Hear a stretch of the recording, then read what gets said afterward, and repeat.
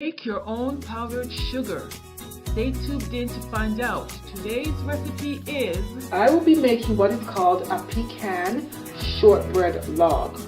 Okay, the ingredients are 1 1/4 cups of flour, 3 tablespoons of packed brown sugar, which I've already put into this bowl and have already stirred it up. Okay, we also need 1/4 cup of cold butter, which I have right here. Okay. 1/4 cup of pecans, finely chopped, right here.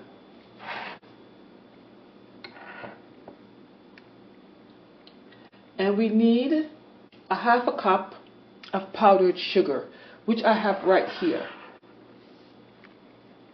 And I must say that I will not be using 1/2 cup of powdered sugar. Okay, that's a bit much. I don't think I need that much. So this is 1/3 cup. But everybody's different.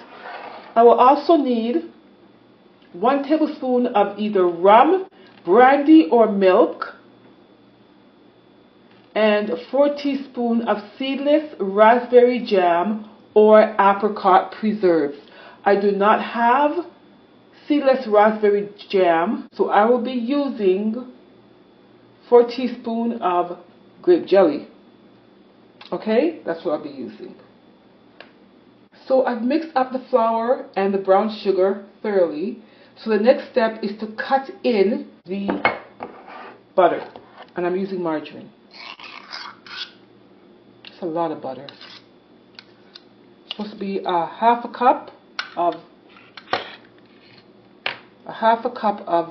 cold butter, and I do not have a pastry blender, so I will be just using my fingers.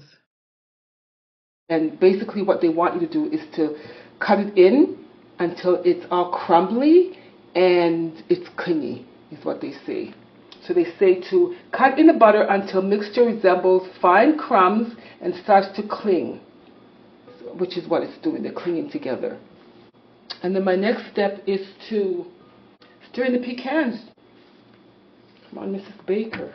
So this is what it looks like. Crumbly, looks like that. Okay, so then now I'm going to add in the pecans, which is not very finely chopped. So I'm probably going to have to chop it again because it's not very fine. And I'm thinking about it now. It's not very finely chopped, so I'm just going to chop it up. Give me a minute. So I'm going to stir in the pecans. They say to stir it in. So I guess I'm not supposed to be using my hands after this, right? Okay. Might as well. I'm already in there. That's not a lot of pecans. I could have put more pecans in there, but they only asked for 1/4 cup, so I only put 1/4 cup. Okay. There it is. Okay, it says on a lightly floured surface, roll out the dough. So I don't know how it's going to get rolled out. I'm going to have to put more butter in it because that's dry. That's dry. So I think I'll have to put the rest of the butter in because that's really dry. There's no fluid. There's no milk. There's no water. There's no eggs. Just what I have here. Now remember, friends, this is the very first time making this particular recipe. Learning to bake by myself would have been very boring. So I don't believe that I would have done it otherwise. But doing it for YouTube content with you and for you makes it enjoyable and loads of fun. It says to make it into a ball.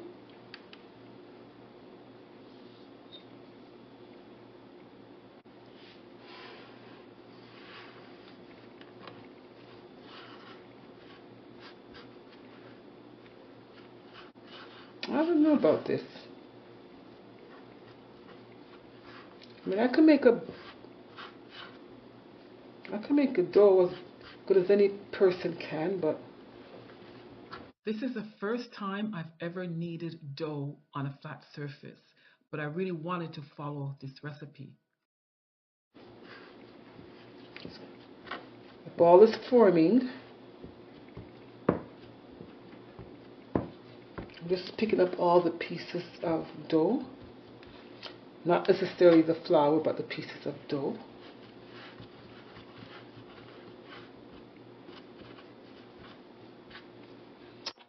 Don't overknead your dough. You see, what happens is that it leads to an overproduction of gluten strands, which causes unwanted crunch and crisp. Allow your dough to rest before you bake so that these strands form slowly, resulting in a more chewy cookie. And you know, friends, this tip is spot on. I forgot to mention earlier that you really don't have to take your dough out of the bowl and put it on the surface. You can basically just do it in here. Every time we make dough, traditionally, we do not put it on the counter. And so we always make our dough inside the bowl. You don't have to take it out. I don't like doing it this way. Got to turn it on, guys. Got to turn it on. So I've already made both. Jeez. I made both logs. You saw the first part. So basically, these ones are very small. It's supposed to be a 7-inch log, but this is very small. Okay, then we're going to put it in this.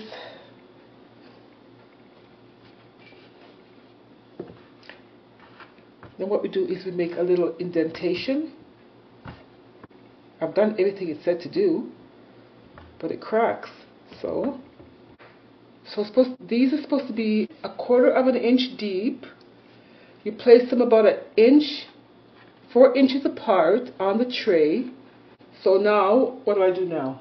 So stir your jam in until nearly smooth. I'm going to pour in my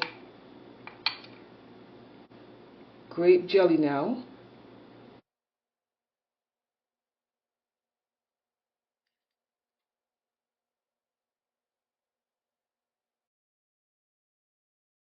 So I'm assuming that when it goes into the oven, it might kind of crack because this really is not what I expected.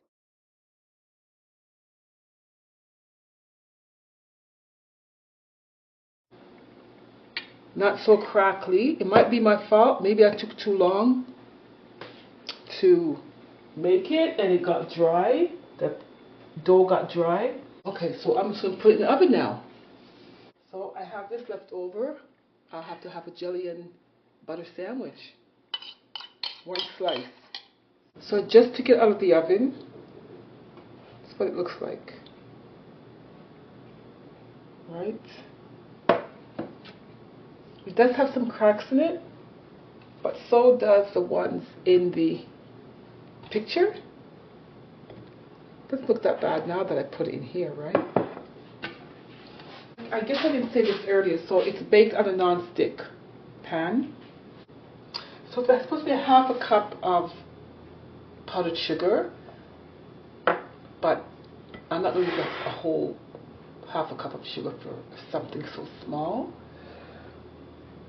So I'm just going to mix it with the rum. I have a tablespoon right here, and I have me some of this.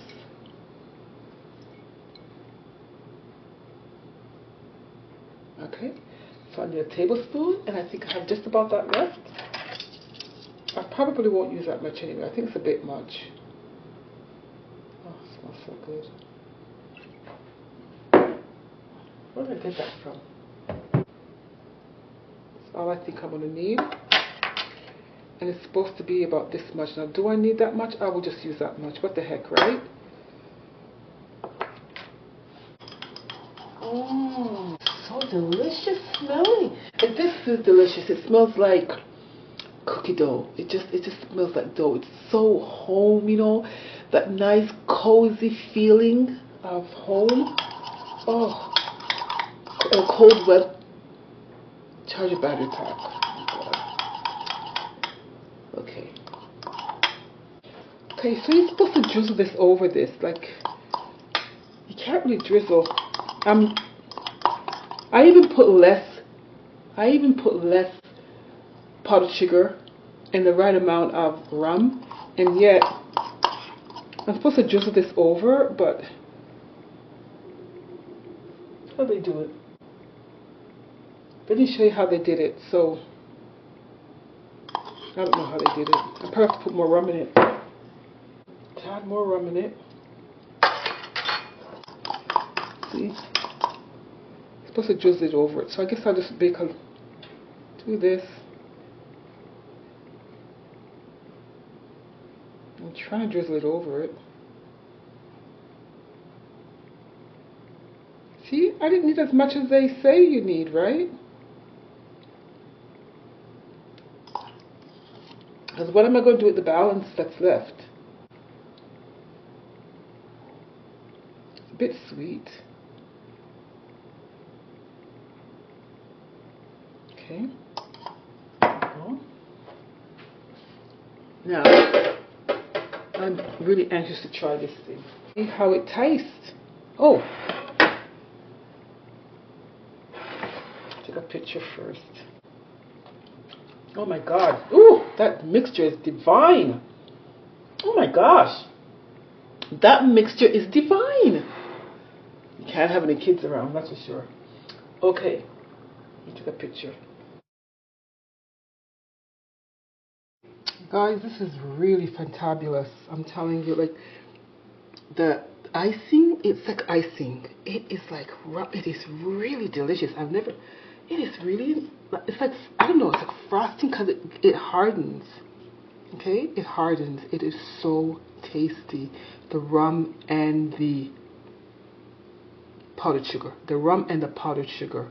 Oh my god, it's truly amazing. Alright, I'm gonna cut it now. Okay, I'm gonna try it and see. It's probably so tough it's not funny, but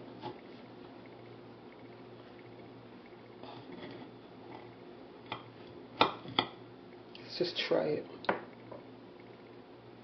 So that's what it looks like inside, and you have your jelly, or my grape jelly, and the sugar and rum frosting. I think it would be called a frosting. It's really nice. It's like a doughy cookie. Just pour on this mixture onto the jelly. It's an amazing combination. So delicious. I need more of this. Oh, it's really delicious. Oh my! Even if you don't use the frosting, it's just so delicious. The cookie itself tastes so nice. It is divine. And you just cut it up. Gotta be careful though, because you don't want to break the cookie. So you just cut it up. Oh my god, I'm gonna eat this off by tomorrow. Cut it up in pieces. Oh my goodness, so delicious. Look at that. Oh, it's really buttery too. I have a recipe that requires powdered sugar.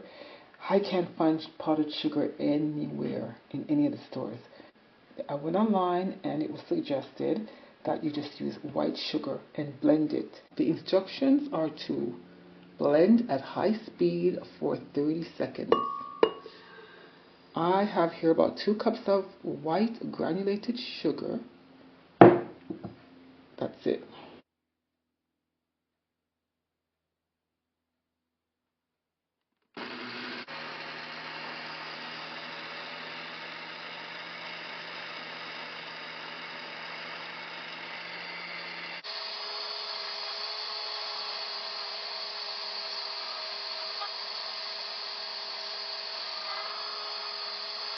It really does work.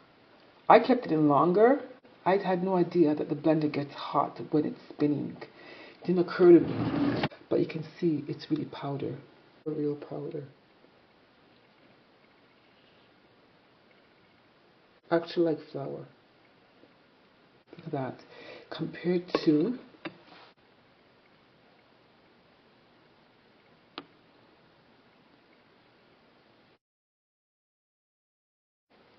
can you tell which is the sugar and which is the flour?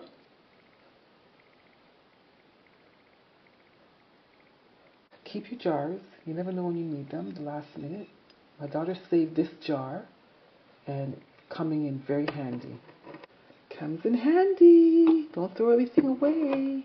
Grab one of these from the dollar store. This is a really good method. It really worked. You see how this large funnel comes in so handy?